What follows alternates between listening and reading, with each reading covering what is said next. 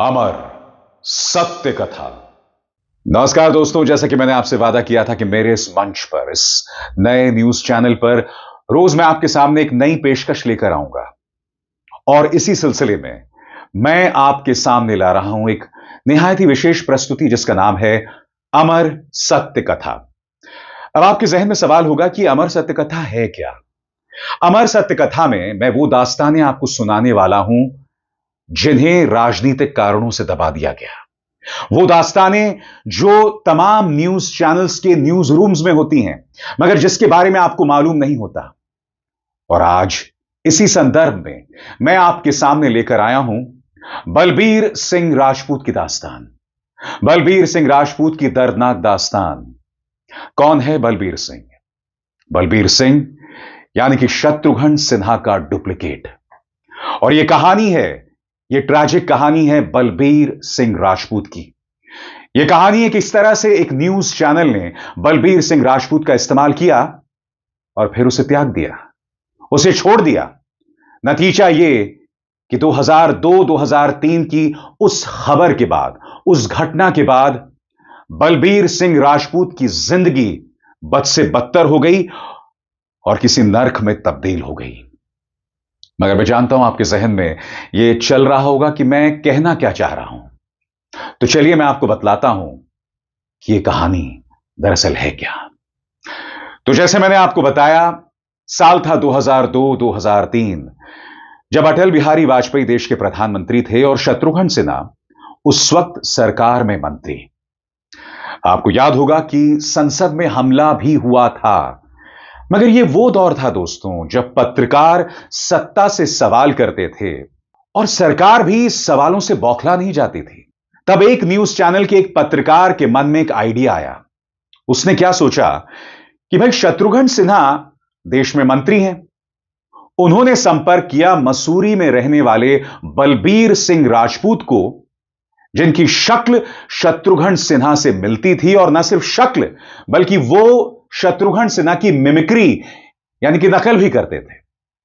बलबीर सिंह राजपूत को मसूरी से बुलाया गया।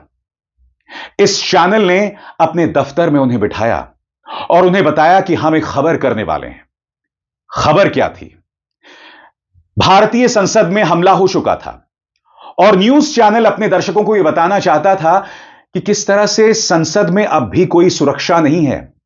तो उन्होंने सोचा कि क्यों ना शत्रुघ्न सिन्हा के डुप्लीकेट, जिनकी शक्ल और आवाज शत्रुघ्न सिन्हा से मिलती है, उन्हें संसद के अंदर ले जाया जाए।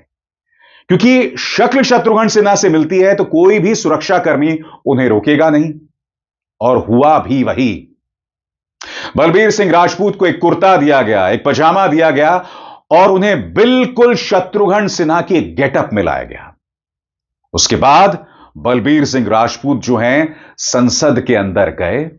वहां पर उन्होंने फोटो अपॉर्चुनिटी भी कराई, घूमे फिरे, लोगों से मिले, हाथ मिलाए, लोगों के साथ फोटोज खिंचवाए, लोगों को ऑटोग्राफ दिया और बाहर भी आ गए। इस खबर को उस न्यूज चैनल ने जोरों शोरों से चलाया। संसदीय सुरक्षा के यानी कि जो लोग संसद की सुरक्षा में लगे हुए हैं उनकी जबरदस्त छीछालेदर हुई।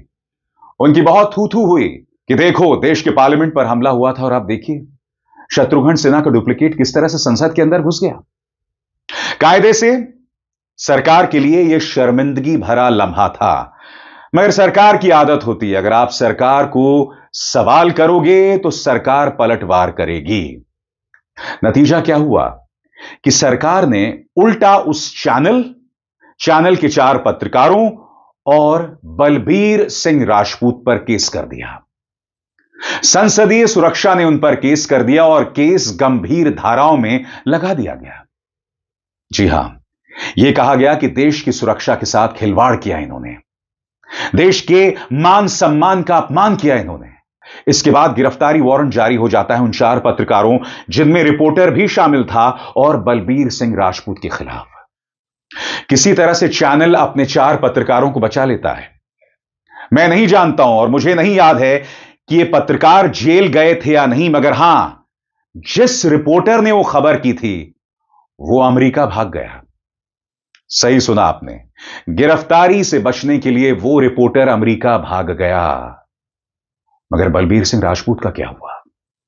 बलबीर सिंह राजपूत को कोई बचाने नहीं आया दोस्तों।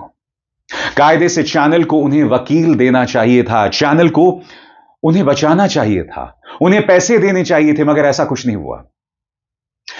पहले दिन जब बलबीर सिंह राजपूत को पुलिस ने बुलाया ना दोस्तों, तो पहले दिन तो उसे काफी बेइज्जत किया गया, थप्पड़ भी मारे गए। मगर उसके बाद उनका मजाक बनाया जाने लगा। जब भी बलबीर सिंह राजपूत पुलिस थाने आते थे तो पुलिस वाले कहते थे कि शत्रुघ्न सिन्हा की मिमिक्री करके दिखाओ, शत्रुघ्न सिन्हा कैसे बोलते हैं। बलबीर सिंह राजपूत का दिल रो रहा था। वो लगातार टेंशन से ग्रस्त थे, तनावग्रस्त थे।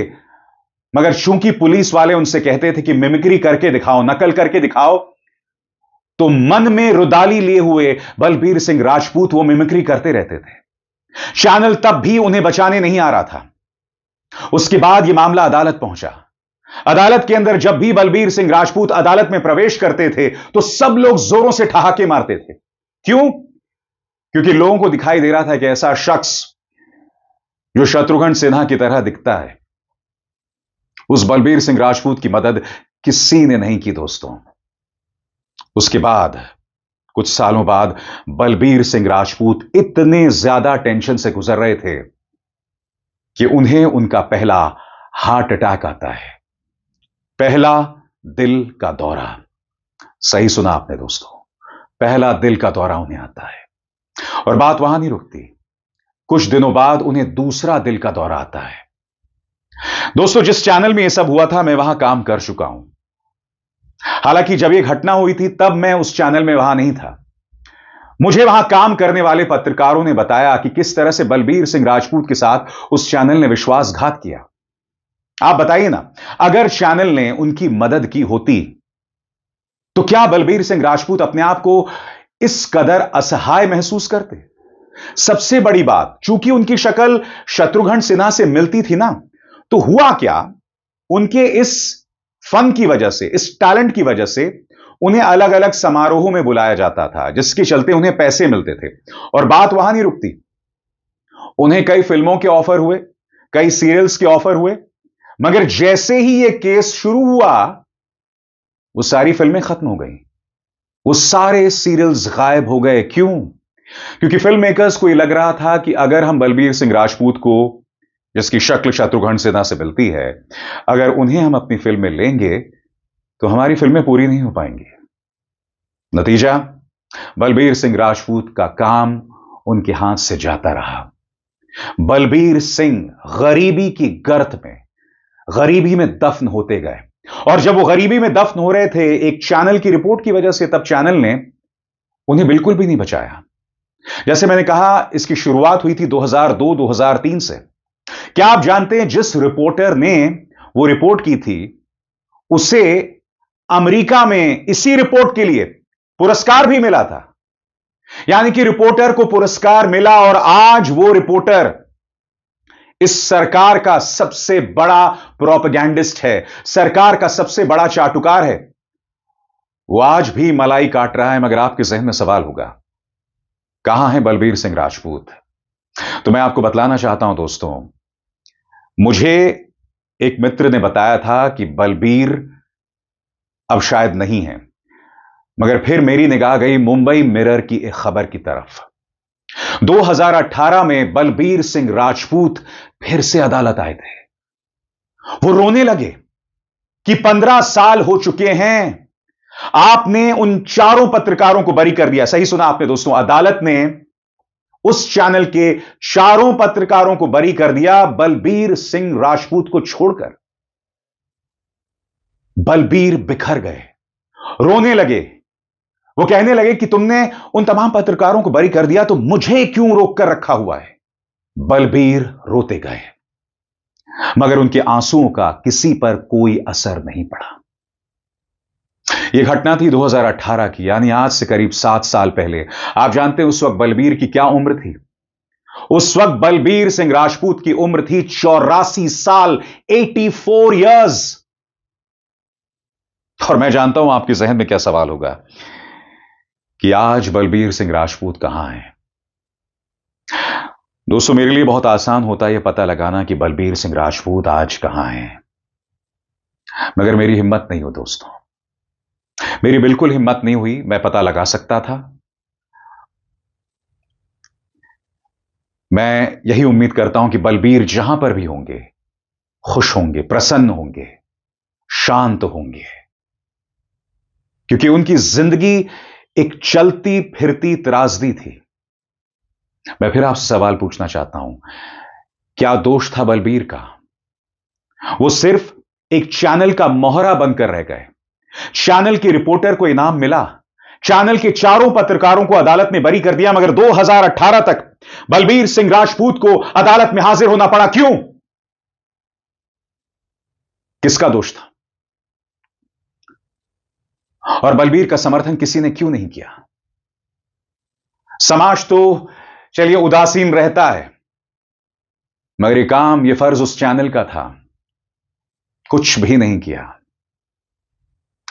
आज उस पत्रकार का एक परिवार भी है, प्यारे बच्चे हैं, वो एक बहुत बड़े चैनल का मालिक भी है, संपादक है, मालिक नहीं संपादक है। उस पर कोई असर नहीं पड़ा। हमने अक्सर गीता में पढ़ा है कर्म का सिद्धांत, कि जैसे कर्म करेगा वैसे फल देगा भगवान। मगर मैं आपसे सवाल पूछना चाहता हूं कि जिस चैनल ने बलबीर सिंह राजपूत को त्याग दिया, उसे कौन से कर्म की सजा मिली? इसीलिए जब लोग ये बड़ी बड़ी बातें करते हैं ना, तो मेरा मन जो है ना, उसमें एक किस्म की बेरुखी आ जाती है। बलबीर का क्या दोष था बताइए ना। जैसे मैंने कहा, मुझ में हिम्मत नहीं हुई यह पता लगाने की आज बलबीर कहां है। मैं पता लगा सकता हूं, और मैं जानता हूं आप में से कई लोग होंगे जिन्हें बलबीर के बारे में शायद पता भी होगा, श्री बलबीर सिंह राजपूत के बारे में।